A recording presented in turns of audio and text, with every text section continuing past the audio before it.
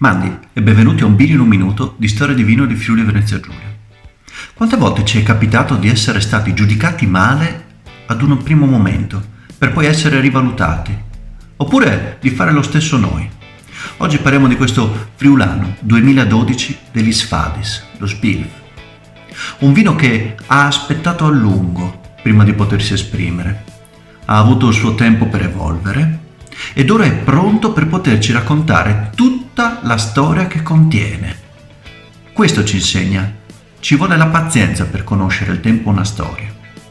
Se questo vino fosse un libro, sarebbe Le Elegie Duenesi di Rainer Maria Rilke. Se fosse una canzone sarebbe Come profondo il mare di Lucio Dalla.